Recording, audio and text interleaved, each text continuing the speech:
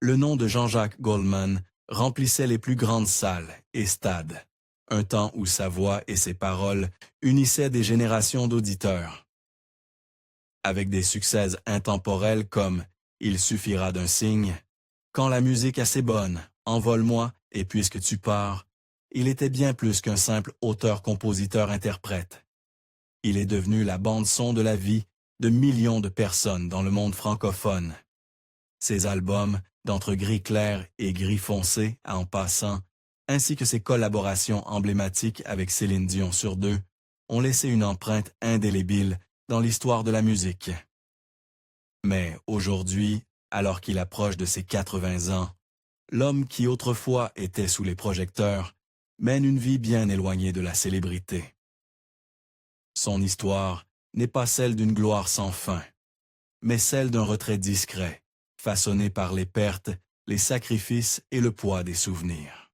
Comment un homme tant aimé du public a-t-il choisi un silence presque total, et à quoi ressemble sa vie aujourd'hui? Des débuts modestes à une ascension sans pareille. Jean-Jacques Goldman est né le 11 octobre 1951 dans le 19e arrondissement de Paris, au sein d'une famille marquée par la résilience et la survie. Ses parents étaient des immigrants juifs portant le poids des tragédies du XXe siècle. Sa mère, Ruth Embrun, avait fui l'Allemagne nazie en 1933 à l'âge de 12 ans, laissant derrière elle la maison et la langue qu'elle chérissait. Elle reconstruisit sa vie en France, où elle puisa sa force dans l'apprentissage et poursuivit sa passion pour l'éducation, obtenant même son baccalauréat à l'âge de 70 ans. Son père, Alter Goldman, originaire de Lublin en Pologne, était un communiste engagé qui combattit dans la résistance française pendant la Seconde Guerre mondiale.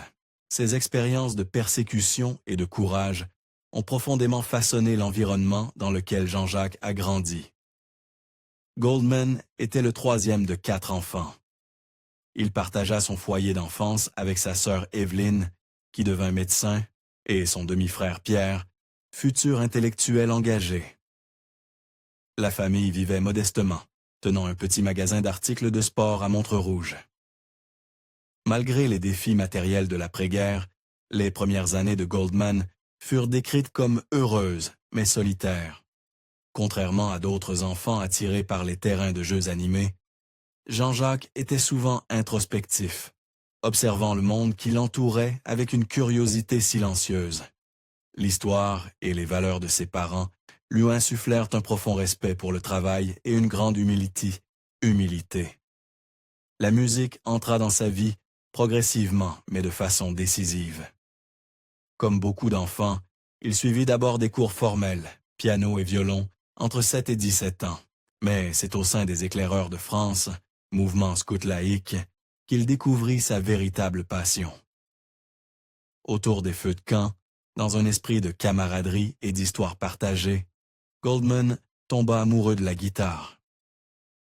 Contrairement à l'univers structuré de la musique classique, la guitare lui offrait une liberté d'expression, la possibilité d'accompagner les voix et de créer un lien émotionnel avec les autres. C'est là que germa la graine de sa future carrière, non sur une grande scène, mais dans la joie simple de chansons partagées sous les étoiles.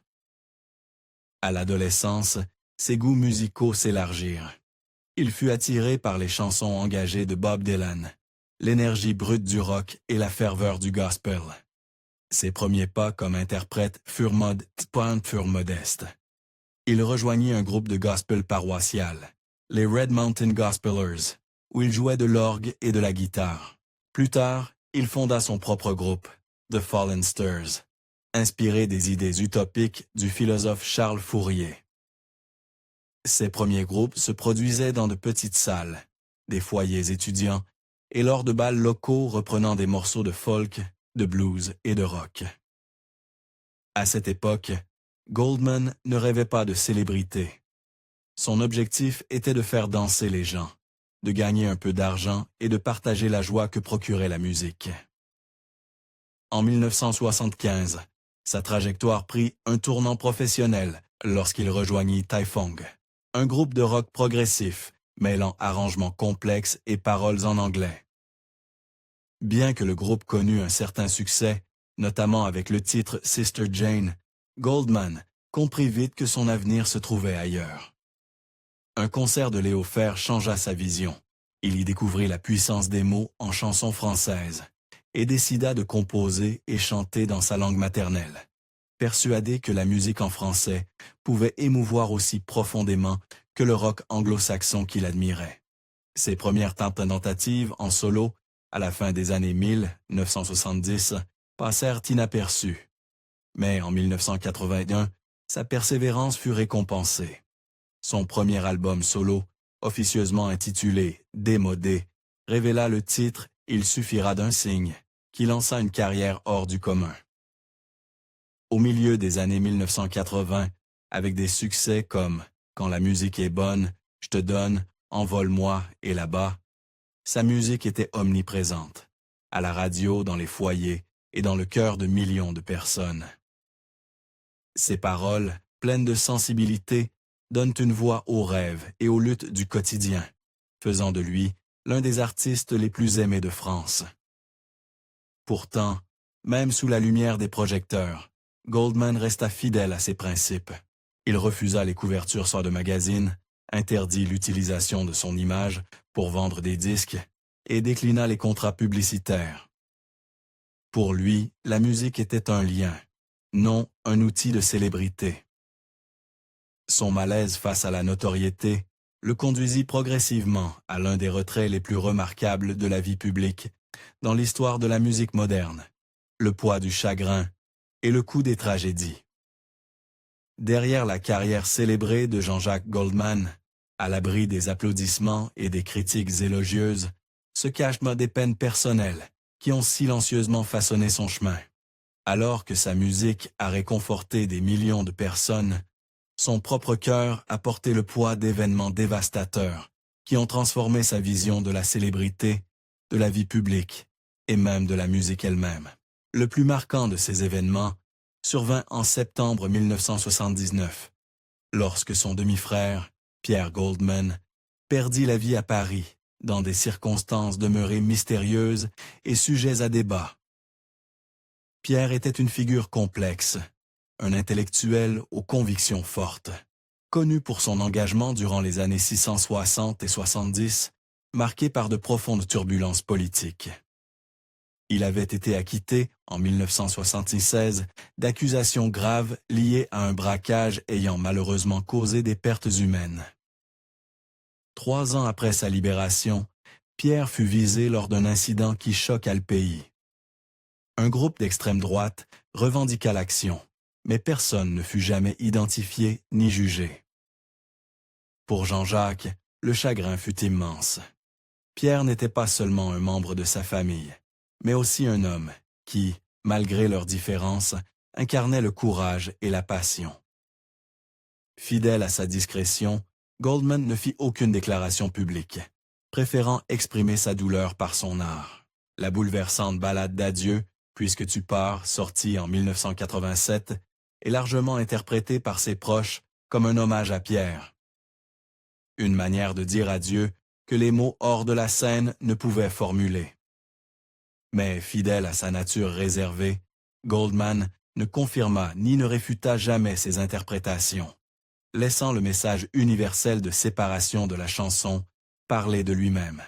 Les peines de cœur dans la vie de Goldman ne s'arrêtèrent pas là. En décembre 1989, un autre drame frappa, mêlant à nouveau son univers artistique à une perte intime. Sirima Wiratunga, la jeune chanteuse talentueuse qui avait chanté à ses côtés sur le titre emblématique « Là-bas », disparut à seulement 25 ans. Jean-Jacques avait remarqué Sirima pour la première fois, alors qu'elle chantait dans les couloirs du métro parisien, sa voix surplombant le tumulte quotidien des voyageurs. Reconnaissant son talent rare, il l'invita à collaborer, lui offrant une opportunité qui aurait pu ouvrir la voie à une carrière remarquable. Leur duo devint l'un de ses morceaux les plus précieux, son message d'aspiration et de rêve d'ailleurs touchant profondément le public. La disparition de Sirima, dans des circonstances personnelles douloureuses, fut un choc pour Goldman, et pour la France entière. Le sentiment d'une promesse interrompue le marqua profondément, lui rappelant encore une fois la fragilité de la vie. En 2001, un autre coup émotionnel frappa lorsque Carol Fredericks, son amie proche et collaboratrice au sein du trio Fredericks Goldman Jones, disparut subitement d'un problème de santé alors qu'elle était en tournée à Dakar. Carol n'était pas simplement une partenaire musicale, elle était une véritable sœur de cœur. Aux côtés de Michael Jones, ils avaient créé une musique, mêlant leurs voix et cultures distinctes, offrant au public des chansons empreintes de chaleur, d'espoir et d'unité. La perte de Carol laissa un vide que personne ne pouvait combler. Lors de ce qui allait devenir sa dernière tournée en 2002, Goldman veilla à honorer sa mémoire, dédiant des morceaux à son ami et partageant son deuil comme il l'avait toujours fait, par la musique. Au fil du temps, ces pertes successives ont profondément influencé le rapport de Goldman à la célébrité et au regard du public. L'homme qui avait rempli les plus grandes salles choisit peu à peu de se retirer, cherchant refuge dans une vie plus privée. Chaque drame approfondit sa conscience de la brièveté et de la valeur de la vie.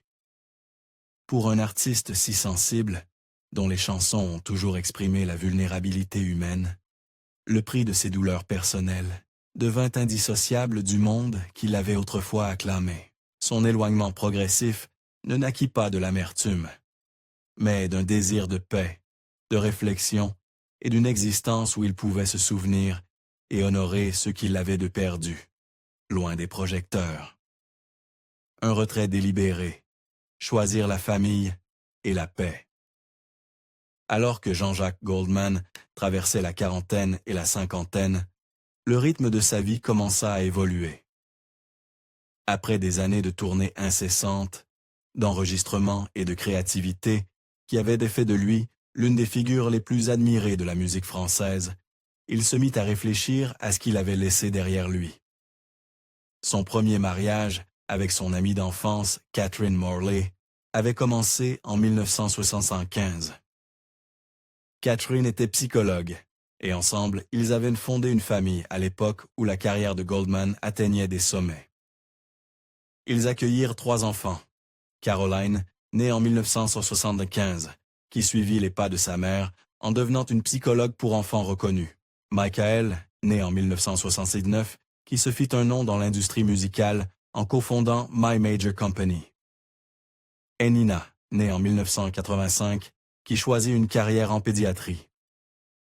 Bien que leur vie de famille ait pu sembler solide aux yeux du monde, les exigences du métier de Goldman eurent un impact. Ses tournées, sessions en studio et engagements d'auteurs-compositeurs l'éloignaient souvent de chez lui pendant de longues périodes. Ses amis et collègues remarquaient que, bien que dévoué à ses enfants, il peinait à trouver l'équilibre entre sa passion pour la musique et son rôle de père et de mari. En 1997, le mariage se termina par un divorce, une décision privée, mais qui marqua un tournant dans sa vie personnelle. Goldman confia à ses proches qu'il regrettait d'avoir été si souvent absent durant les années formatrices de ses enfants à cause de sa carrière. En 2001, désireux d'un nouveau départ, Goldman épousa Nathalie Touang-Laguier, une brillante mathématicienne de 28 ans à cadette.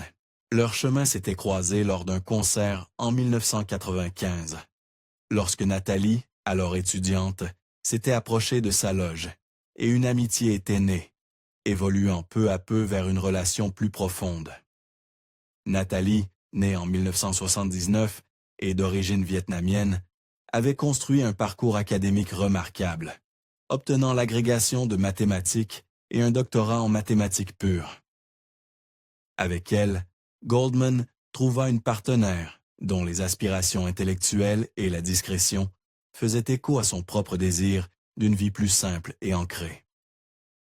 Ensemble, ils eurent 3 filles, Maya en 2004, Kimi en 2005 et Rose en 2007. Déterminé à ne pas reproduire les erreurs de son premier mariage, Goldman a pris la décision consciente de se retirer de la vie publique. Il souhaitait être présent aux spectacles scolaires, aux repas en famille, aux routines quotidiennes, ces instants qu'il avait trop souvent manqués avec ses aînés. Le couple s'installa d'abord dans une banlieue tranquille de Marseille, loin de l'attention des médias. Puis, en 2016, ils déménagèrent à Londres, recherchant un anonymat encore plus grand dans une ville où ils pouvaient se fondre dans la vie quotidienne. Les amis qui lui rendent visite ou qui restent en contact décrivent un homme en paix avec ses choix. Désormais libéré de la pression des ventes de disques et des récompenses, Goldman trouve son épanouissement dans l'ordinaire. Aider aux devoirs, assister aux réunions scolaires, profiter de promenades tranquilles avec sa famille et partager des repas sans les interruptions de la célébrité. Son retrait des projecteurs ne fut ni soudain ni empreint d'amertume. Ce fut un pas réfléchi et volontaire vers une existence où les liens personnels et la sérénité comptaient davantage que la reconnaissance publique. Après avoir offert au public des décennies de musique qui a touché les cœurs à travers les générations, Goldman tourna la page, choisissant de se consacrer pleinement aux joies et aux responsabilités de la paternité et de la vie de couple. Un parcours de santé discret. Alors que Jean-Jacques Goldman entrait dans la soixantaine avancée, les fans qui chérissaient sa musique depuis des décennies commençaient à percevoir un changement. Un changement non annoncé par des gros titres ou des déclarations, mais perceptible à travers son absence croissante de la vie publique.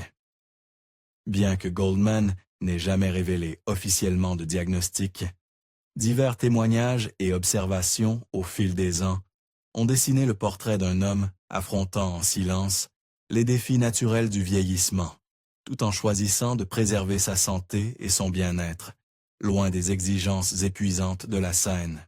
La décision de Goldman de se retirer n'a pas été motivée par une crise de santé soudaine, mais par l'accumulation des effets de longues années passées dans un métier exigeant une immense endurance physique et émotionnelle. Des proches ont confié discrètement que Goldman se fatigue plus facilement désormais et que son énergie n'est plus ce qu'elle était. S'il demeure vif d'esprit, lisant, écrivant et suivant toujours le monde de la musique, il a accepté que les contraintes physiques détournées, des longues répétitions et des spectacles sur scène ne sont plus adaptés à sa condition. Sa voix, autrefois capable de puissantes envolées, soir après soir, s'est adoucie avec l'âge. Le léger tremblement perceptible dans son timbre lors de ses rares apparitions publiques témoigne de l'usure naturelle d'années passées à chanter, enregistrer et se produire avec passion. Pendant la pandémie de COVID-19, Goldman fit une rare exception à son isolement volontaire. En 2020, il apparut dans une vidéo émouvante enregistrée chez lui, offrant une version revisitée de sa chanson « Il changeait la vie », en hommage aux soignants qui mettaient leur sécurité en péril pour les autres. La vidéo était simple, sans artifice et bouleversante. Les fans remarquèrent tôt la chaleur de son regard et de sa voix, mais discernèrent également une fragilité visible, un signe compréhensible du temps qui passe. Sa silhouette semblait plus fine, ses gestes plus lents, et bien que son esprit transparaissait, il était évident que l'homme qui autrefois remplissait les stades avait amorcé une phase plus douce et plus calme de sa vie. Dans les cercles musicaux et parmi ses anciens collaborateurs, des murmures évoquent ce que Goldman affronte des maux classiques liés à l'âge, des douleurs articulaires, de légers problèmes respiratoires et une endurance diminuée. Rien d'inhabituel pour quelqu'un approchant des 80 ans, mais pour un artiste dont l'art s'appuyait autrefois sur la présence physique et la puissance vocale, cela constitue une raison supplémentaire de rester en retrait. Goldman n'a jamais cherché la compassion, ni laissé ces changements définir qui il est.